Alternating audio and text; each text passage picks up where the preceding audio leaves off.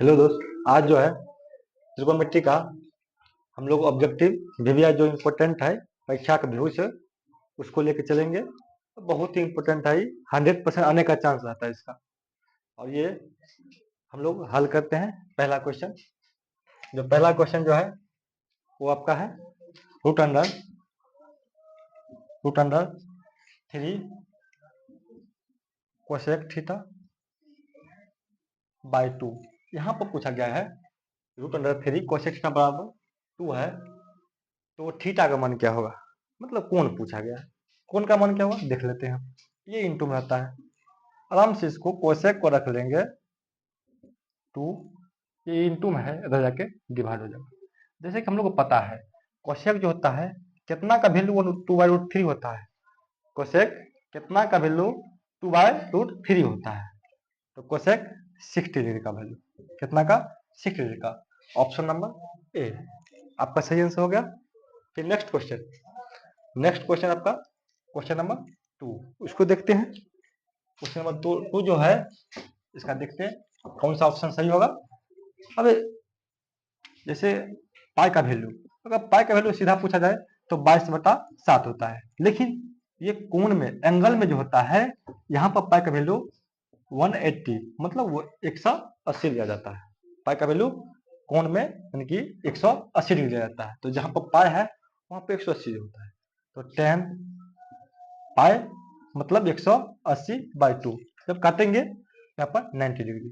पता है 1090 जो होता है उसका वैल्यू कितना होता है, तो वैल्यू अगर याद है तो आराम से मार देंगे, नहीं याद है तो एक तरीका और है। जैसे 10 को हम लोग लिख सकते हैं, फॉर्मूला होता है sine theta by cos theta.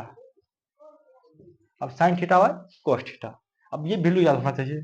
अब साइन 90 का मान कितना होता है, साइन 90 जो मान होता है वो अपना 1 होता है, और कोस 90 का मान 0 होता है। हमको पता है हम लोग को कि किसी भी संख्या में अगर 0 से भाग देते हैं तो उसका जो वैल्यू होता है वो अनडिफाइंड होता है, मतलब अपरिभाषित होता है।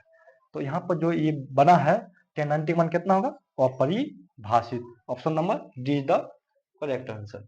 फिर चलते हैं क्वेश्चन नंबर 3 पर।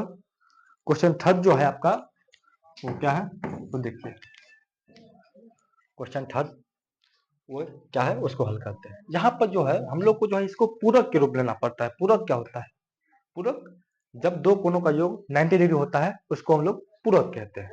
दो कोणों का योग 90 डिग्री होता है उसको हम लोग पूरक कहते हैं। तो यहाँ पर दो त्रिकोणमितीय अनुपात को इस तरह रखना है ताकि उसका जो योग होगा वो 90 डिग्री होना चाहिए। वो दोनों को एक साथ रखते हैं। जैसे यहाँ पर दिख रहा है कि 10 में कितना ऐड किया जाए, 90 पूछ जाएगा तो 80, तो ये दोनों को साथ में ले लेते हैं। फिर 15 में 75 को ऐड करेंगे 90 पूछ जाएगा, तो ये दोनों को फिर साथ में ले लेंगे। तो सबसे पहला काम करते हैं इसको हम लोग साथ में लेते हैं। 10 डिग्री इंटू 10 80 डिग्री, फिर आगे ये दोनों साथ में लेते हैं। फिर 10 15 डिग्री मतलब 15 डिग्री और 10 75 डिग्री लेते हैं। अब इसमें हम लोग को रूल पता है, इसको पूरक बनाने के लिए किसी को तोड़ना पड़ता है। या तो इसको तोड़ेंगे तो इसको छोड़ देंगे, या इसको तोड़ेंगे तो इसको छोड़ देंगे। सेम प्रोसेस इन दोनों में भी किसी को तोड़ेंगे। यहाँ पर जो है 10 10 को तोड़ देते हैं। इसको जब तोड़ेंगे तो इसको लिख सकते हैं 90 माइनस कितना घटेगा 10 बचेगा 80, कितना 80। इसको ऐसे ही छोड़ देंगे 10 80। इसमें से भी किसी एक को तोड़ देंगे, इसमें से भी किसी एक को तोड़ देंगे, इसी को तोड़ लेते हैं। 10 90 में कितना माइनस करेंगे कि 15 पहुंच जाएगा, तो दिख रहा है इसको चेंज करेंगे तो इसका वैल्यू रख देंगे, इसको चेंज तो इसका वैल्यू रख देंगे आराम से 15 डिग्री। फिर 10 75 डिग्री। अब यहाँ पर एक फॉर्मूला होता है पूरक का, जो फॉर्मूला होता है 10 90 माइनस थीटा, फॉर्मूला होता है कोट थीटा। थीटा कितना है 80 डिग्री। फिर इंटू इसको ऐसे छोड़ देंगे, इसका तो होता नहीं कुछ। फिर इसके बाद 10, अब 10 90 में थीटा फिर होता है कोट थीटा। अब कोट और थीटा जो अपना वैल्यू है वो कितना है 15 डिग्री है। इसको 15 नहीं है, एक मिनट 15 सॉरी, यहाँ पर जो है 15 लिखना है, 15 लाना है तो 75 घटेगा, कितना 75, 75 माइनस होगा तो यहाँ पर थीटा मान 75 होगा। फिर इंटू 10 75 होगा। अब जो होता है कॉट, ये दोनों आपस में दोनों क्या होता है एक दूसरे का व्युत्क्रम उल्टा होता है, जैसे 10 का उल्टा कॉट, कॉट का उल्टा 10, तो जैसे कॉट इंटू 10, जैसे अपने का उल्टा से जब गुणा होता है, मल्टीप्लाई होता है, अगर थीटा का मान सेम रहता है तो उसका वैल्यू 1 होता है। तो कॉट 80 इंटू 1080 इक्वल टू 1, यहाँ तक वैल्यू आपका 1 बन गया। फिर भी तो इंटू, फिर यहाँ तक value cot into 10, theta same है, थीटा सेम है, इसका वैल्यू 1, 1 इंटू 1 इक्वल टू 1। आपका ऑप्शन नंबर कहाँ है, देखिए D, option number D is the correct answer. अगर आप लोग से बन रहा है तो आप लोग भी इसमें कमेंट में लिखिए, कमेंट में आप लोग हमसे पहले बनाकर ओके मारिए इसमें। अब नेक्स्ट क्वेश्चन हम लोग चलते हैं क्वेश्चन नंबर 4 पर। क्वेश्चन 4 क्या कर रहा है वो देखते हैं।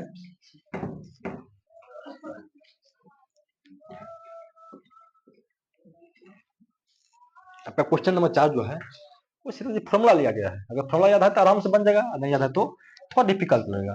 क्या है, 1 प्लस कॉट स्क्वायर ए बाय 1 प्लस टेन स्क्वायर, इसका वैल्यू पूछा गया। बड़ा आसान तरीका से बन जाएगा, बहुत ही आसान तरीका से। 1 प्लस कॉट स्क्वायर, इसका जो फॉर्मूला होता है वो आपका कोसेक स्क्वायर होता है। जब आप याद किए होंगे तो इसको पता होना चाहिए कि 1 प्लस कॉट स्क्वायर जो होता है उसका फॉर्मूला कोसेक होता है। कैसे होता है वो आपको अगर नहीं पता है तो देख लीजिए यहाँ पर, कोसेक स्क्वायर थीटा या ए बोलो माइनस कॉट स्क्वायर, इसका वैल्यू 1 होता है। कितना होता है, 1 होता है। अब जब इसको उधर कर लेंगे तो अपना कोसेक स्क्वायर बच जाएगा इधर बराबर 1, माइनस है तो प्लस में कॉट स्क्वायर ये हो जाएगा।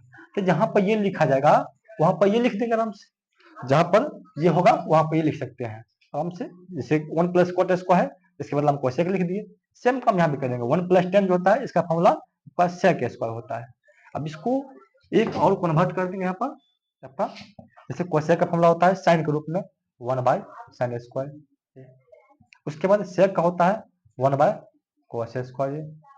जब इसको आपस में अदल बदल कर देंगे तो 1 बाय साइन स्क्वायर इंटू ये चल जाएगा ऊपर कोस स्क्वायर बाय 1। अब cos square into 1 cos square by sine square into 1 sine square.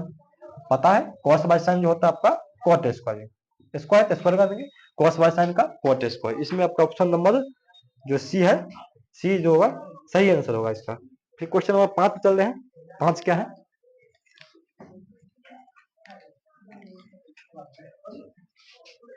Question 5 जो है आपका पूछा गया 1 बाय रूट अंडर 3 जो है वो किसका वैल्यू है। 1 बाय रूट 3 जो है वो किसका वैल्यू है, तो इससे पता है 1 बाय रूट 3 जो होता है वो 10 30 का वैल्यू होता है। ये डिग्री में आता है तो कोई दिक्कत नहीं है, जब ये रेडियन में आता है पाई के रूप में रहता है तो यहाँ पर आदमी कठिनाई होता है। रेडियन में होता है पाई, मतलब ये जो एंगल का मान दिया आपका रेडियन में दिया गया है, इसको रेडियन में हम लोग समझते हैं। जैसे कोट 1 बाय रूट 3 जो होता है 10 30 का वैल्यू होता है। अब देखते हैं 10 लगा हुआ है तो 10 ये तो होगा नहीं, पहला बात कोट ये तो होगा नहीं, यहाँ 10 है, इसको चेक कर लेते हैं क्या सही है गलत है। अब पाई बाय 10 पाई बाय 6, अब पाई का वैल्यू पता होता है रेडियन में कितना होता है पाई का वैल्यू, इससे पहले बताए थे 180 मतलब 180 डिग्री होता है बाई 6, इसको जब काटेंगे 6 30 मतलब आ गया 10 30। पहले बताते हैं 10 30 का वैल्यू कितना होता है 1 बाय रूट 3, यानी कि इसको जो दिया गया है डिग्री में न दे करके रेडियन में दे दिया है। पाई का वैल्यू जो रेडियन में होता है वहां पर 180 डिग्री आना पड़ेगा। तो यहाँ पर आपका ऑप्शन जो होगा option number see the correct answer होगा।